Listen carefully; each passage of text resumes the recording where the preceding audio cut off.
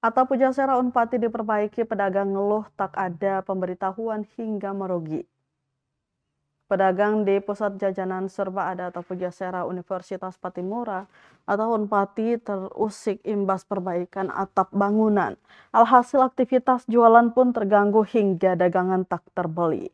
Pantauan tribunamur.com, kudapan hingga lauk yang tersaji dalam etalase masih utuh.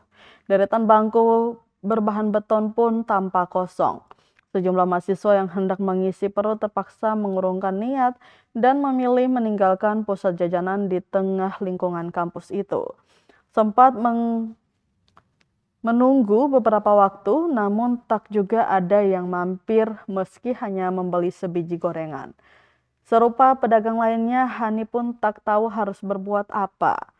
Mau mengeluh ke para pekerja juga tak bisa, mengingat mereka hanya menjalankan tugas membongkar atap lama dan mengganti baru. Dijelaskan pengerjaan atap sejak pukul 9 pagi tanpa pemberitahuan sebelumnya.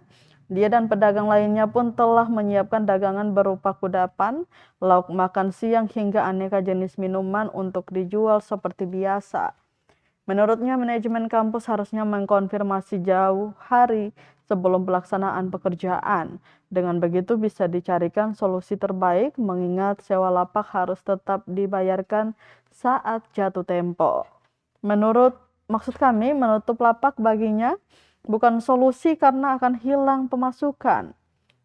Dan yang terjadi saat ini, pedagang rugi.